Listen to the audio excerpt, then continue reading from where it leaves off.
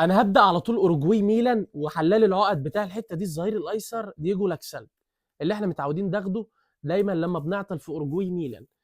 نروح على اوروجواي مان يونايتد. فوالله احنا ممكن ناخد اوجارتي، مانويل اوجارتي. ماشي، متوسط الميدان القادم من باريس سان جيرمان. اوروجواي ريال مدريد يعني فيديريكو فالفيردي، زي بعض.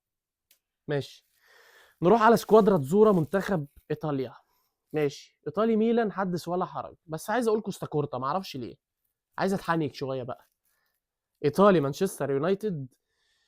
ايطالي مانشستر يونايتد. انا برضو عايز اتحنك، هقول جوسيبي روسي. ماشي. ايطالي ريال مدريد. ونكمل بقى في سلسله الحنيكه اللي احنا فيها. وهقول انطونيو كاسانو.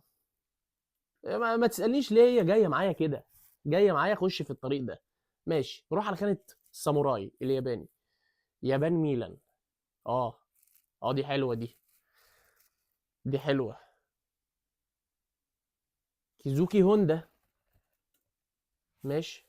ماشي زي بعضه. يابان مانشستر يونايتد. والله انا هروح على طيب الذكر. صانع تلعثمت، مش عارف اتكلم. كاجاوا. كاجاوا يا اخي، كنت هنسى اسمه، لازم اتحنك ماون كاجاوا وخلاص، لا اله الا الله. ماشي، يتبقى لدينا خانه واحده، وهي الياباني لاعب في ريال مدريد. فمطلوب منك بقى ان شاء الله حبيب قلبي تقول لنا في الكومنتات لعيب ياباني لعب في صفوف الميرينجي ريال مدريد على مدار التاريخ.